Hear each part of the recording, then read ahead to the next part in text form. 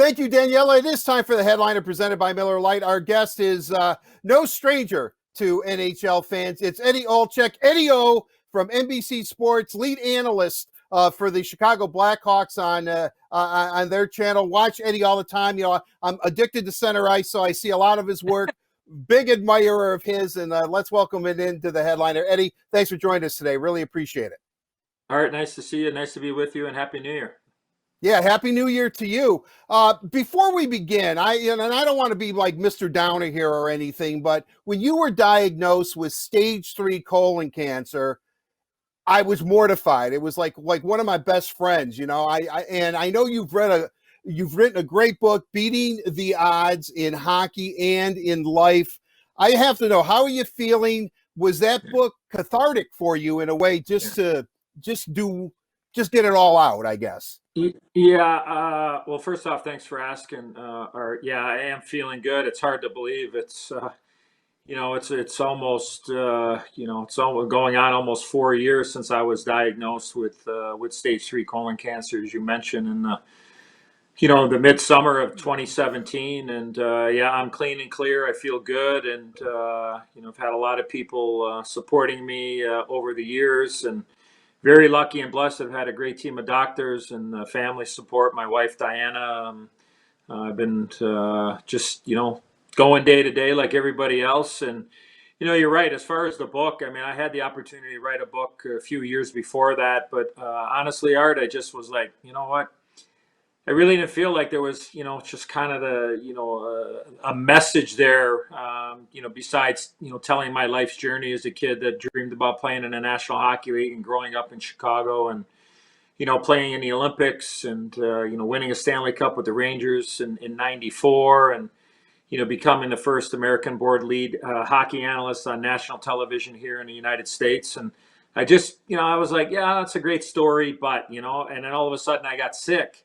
And I thought, well, no pun intended, this was the final chapter and decision for me to go ahead and say, you know what, maybe I can tie it all together and write an inspirational book and just try to help one person and let them know what I went through as my battle with stage 3 colon cancer, the psychological battle, the physical battle, and, living with cancer now, being a cancer survivor. So it's always going to be with me. I always have reminders of being a cancer survivor. And if somebody can pick up my book and they can live and love a little bit more and be inspired, then it was well worth the 16 months of pen to paper with Perry Lefko, who co-wrote the book with me. And I'm very proud of it, and probably be the only book that I ever write. But as I tell my friends, or my former friends, they always ask, are there crayons included with this book? And I said, well, you know what? You're not getting a free copy. So, but I feel good. And like I said, hopefully if somebody reads it, can be inspired. And then, like I said, Art, honestly, if I can help one person, then it was well worth the initiative of putting pen to paper.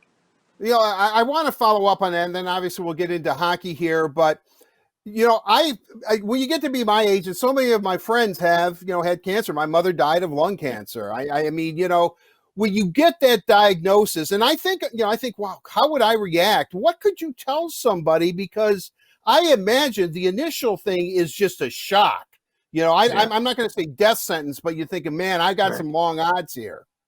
Yeah, well, I think anybody, and I can only speak for myself and other people that have either battled the disease, whether they've won or unfortunately lost it, is, I mean, the first thing you think of when your doctor's on the other line and says, you've been diagnosed with stage 3 colon cancer, and we're recommending 6 months of chemotherapy, and then we will reassess after that. The first thing I thought of was, how long do I have?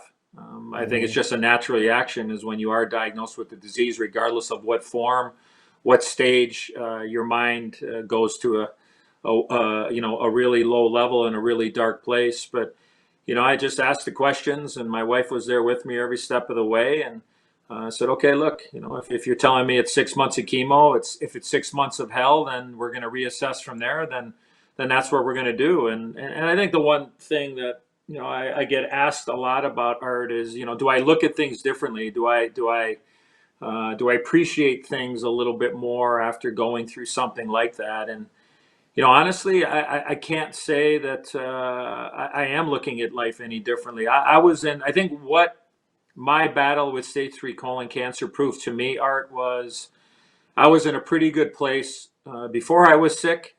and I was very much at peace. And I've always let the most important people in my life know how I felt about them.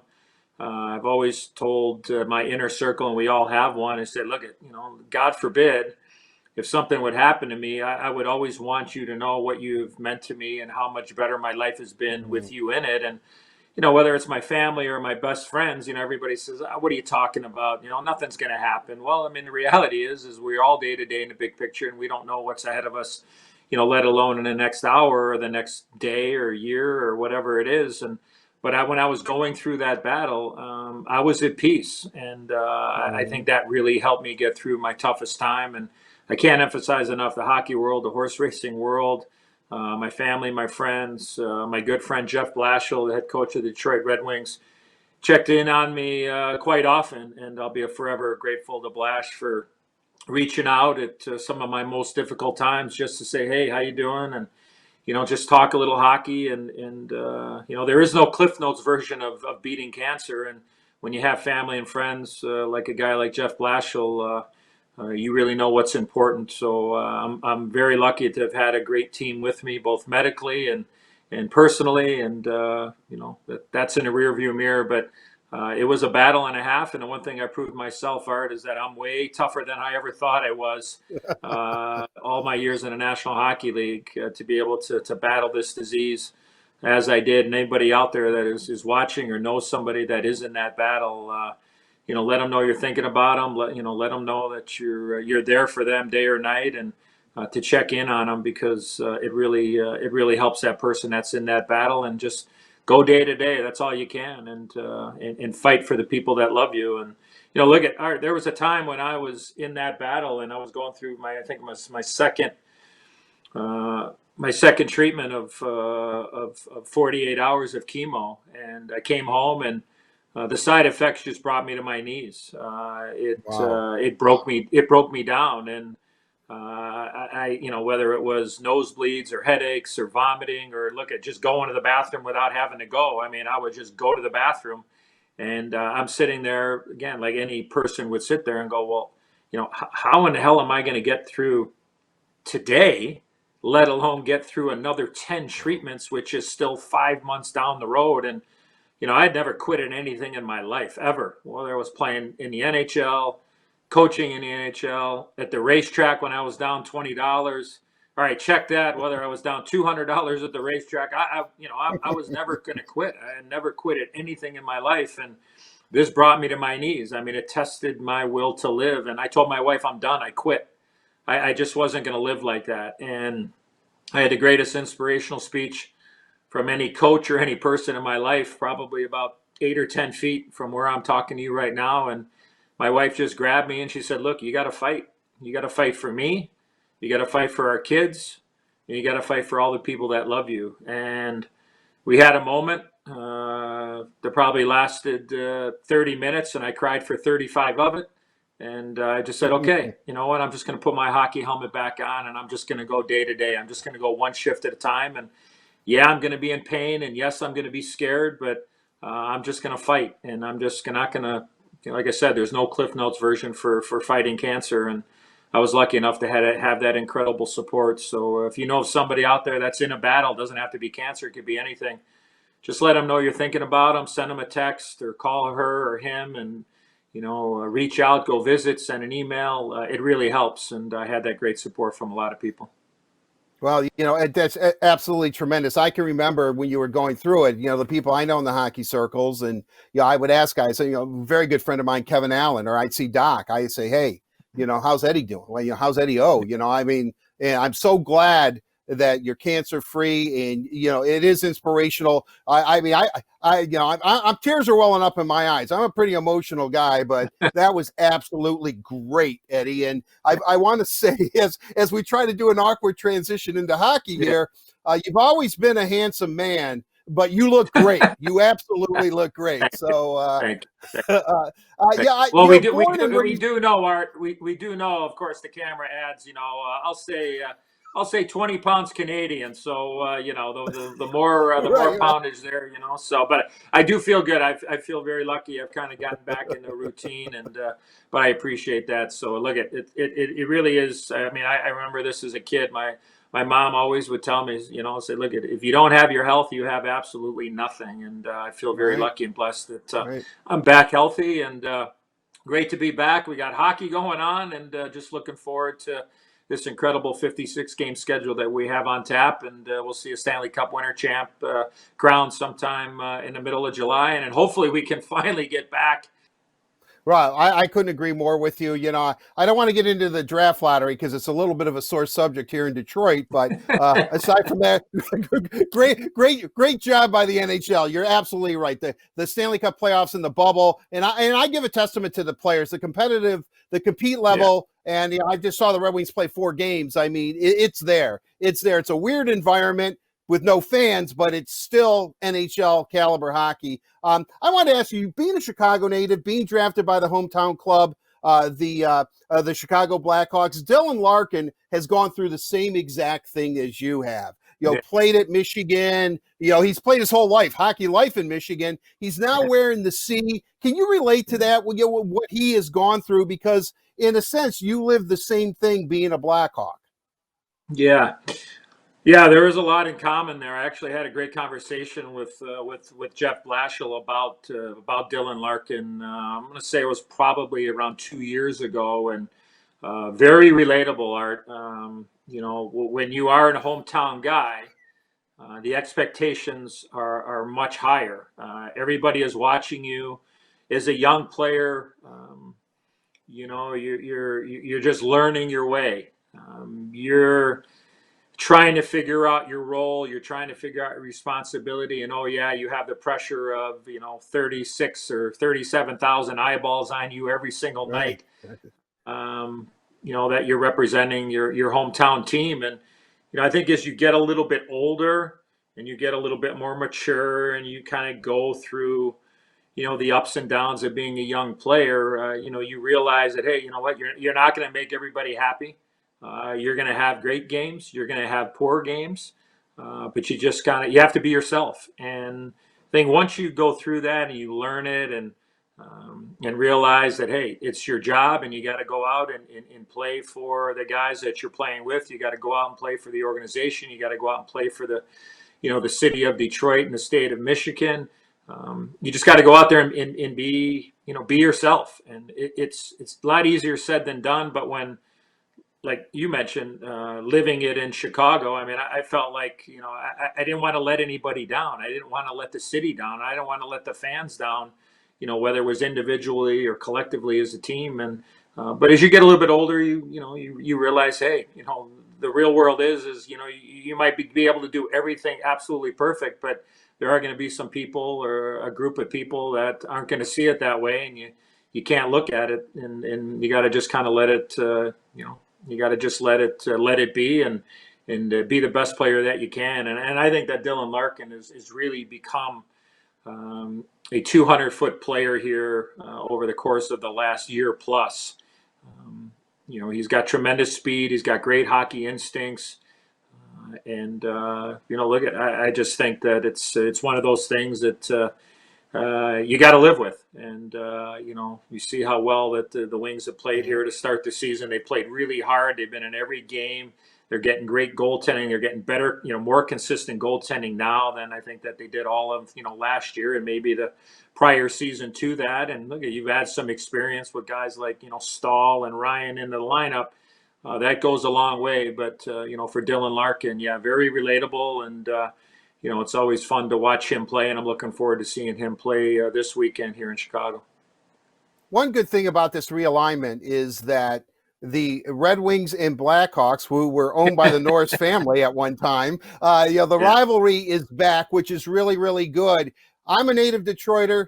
You're a native Chicagoan. Can you talk about the Detroit-Chicago rivalry? Because it is pretty special. Yeah, it is. Look, I lived and died with it as a fan growing up, and I lived and died with it as a player.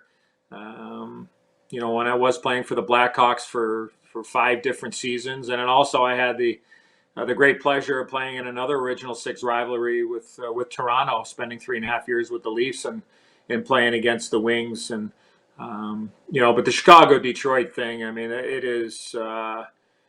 There is no love lost, regardless of what the records are, regardless of where the teams may be playing, conferences, division, doesn't matter. I think what it does is it takes the diehard fans back to the early 80s and the early 90s, where you had some really, really good teams battling each other. And then, you had some stretches there where you had one side was really, really good and the other side was not so good. So we've seen it all, but to be able to live that rivalry as a fan, Art, and then even better playing in that rivalry. I always enjoyed playing the Joe Louis Arena and always playing against the Red Wings. And I eventually became roommates with Papa Joey Kosher, which much better to play Oh, with wow. Papa than to play against him. But some of those years. I remember vividly going up against another teammate of mine and the late great Bob Probert. So playing with Proby in Chicago, playing with Papa with the Rangers, but going in there or them coming here, regardless, you were in for a battle. Those were some tough games. And oh, by the way, they had hack and whack on the back end there with Gilbert Delorme and Harold Schneps, and Oh, so wow. we.